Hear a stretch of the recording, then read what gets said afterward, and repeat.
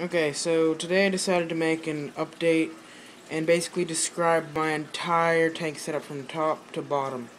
Um, so for lighting, we have a 716 watt, 48 inch metal halide and T5 combo. The metal halides are the white ones that are 250 watts each, and then the blue ones are T5s, which are kind of like fluorescent bulbs. They're four 54 watt bulbs, and the metal halides are controlled by the ballasts down there, the black boxes, and then the T5s, which are the blue lights, are controlled by these switches over here. You just turn them off, turn them back on. You can't really notice the difference on camera. And then going down for pumps and flow, to create flow in the aquarium, we have a Vortec MP10, which is this. It's magnetic.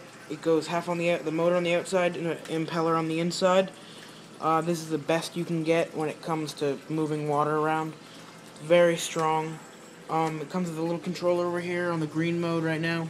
It comes with about, I think 5 different factory modes. Also, we have the return in the back, which is that tubing. It's making, the water flow is making a movement called a gyre. Basically what it does is it moves the water all across the top from there and there, all across the top. As you can see, the food particles in there, and then it sinks down, and then it comes back across the bottom.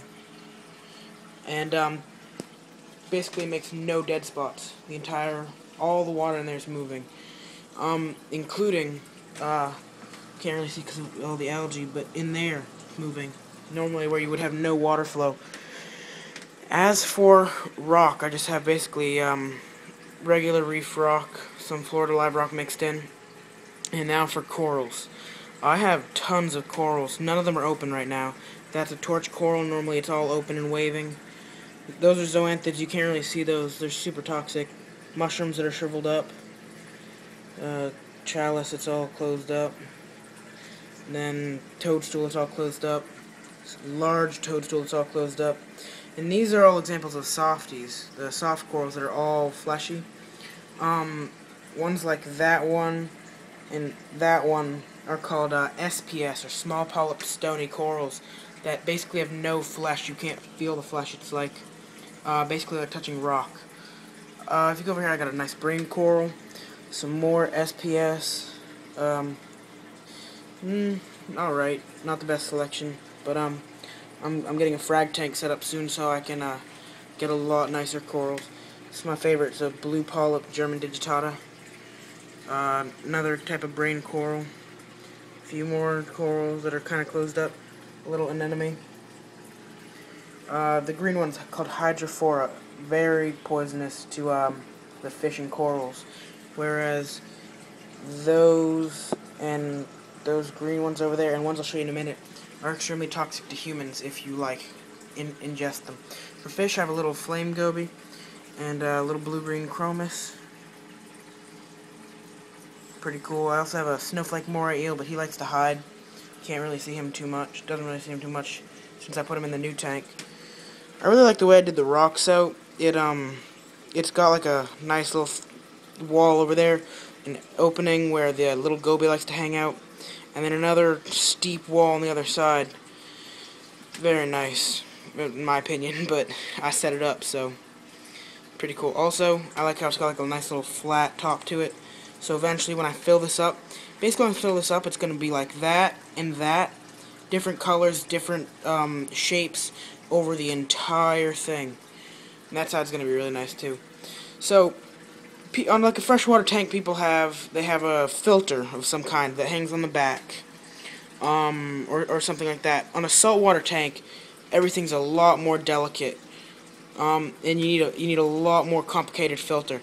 So what happens is, that's called the return. It takes water from the filter and pumps it back up to the tank. What happens is, once the water moves throughout the tank, it comes over to the back corner. You may have noticed before, it's called the overflow. The water flows through those little slits down into the back, down here. It's pretty bad right now. We just have a little pre-filter on there, and a tube right there to release the back pressure. What we're going to have eventually is, this thing right here. What it does is it basically goes in there, and the water level goes up to here instead of all the way down there, so you hear less of the gargling sound, and you have no need for that ugly plastic tubing right there. So now for the filter. Once it goes through there, it goes into the tubing. The black tubing back there, all the way across, don't mind the lights, my finger, whatever, down into there. Down into there. There's a heater down there that heats the water, and then it goes to the first set of filtration. It's called the skimmer. It's a protein skimmer. It removes all inorganic solids. And then what it does is it takes this big pump right here, and this little blue tubing, and it uses the Venturi principle to suck air into the tubing and pump it around the big black cylinder and create a little vortex, and all the inorganic solids and proteins stick to the bubbles, and it's pretty much like the scum you see at the beach, like on the foam. That's all the waste of the water. That's what it's removed in about a week and a half.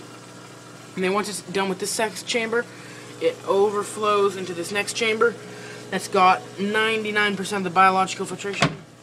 Glass is kind of dirty, I should have cleaned it. But what happens is it overflows into the plants right there. It's called Cadomorpha and Grape Caulerpa. I grow that and sell that and a bunch of other stuff. Also, it becomes a home for little bugs called amphipods, copepods that eat waste. I have a few clowns in there as well because I'm trying to sell those. If anyone wants them, just email me or whatever. And then, also, I have a bunch of frags down here. Those are purple, Larry Jackson purple tip, Acropora. I have some green star polyps right there. Focus, yep. And then a toadstool mushroom in the back. Short polyp toadstool mushroom. And a few other rocks. And I put the rocks in here because they hold worms. And also another coral called Xenia. Those act like a prettier, cleaner version of that. They eat up all the inorganic solids, but while still looking nice and moving. Then we get over here into the other little frag section. Those ones right there are extremely expensive and extremely rare, as is that one right there, but you can't really see. That one's called a Rasta. Those are called purple hornets. Nice ones. That's a pagoda. Those are more of the purple hornets. And then, I don't know if you can't really tell on the camera, but they're little micro air bubbles from the skimmer that didn't get taken out. And they overflow into the bubble trap, get removed, and then pump back up to the main tank. For lighting, I just have like a little pendant with a 60-watt bulb, and then a nice LED that I'm going to be using for my senior project to bring it in. Very nice.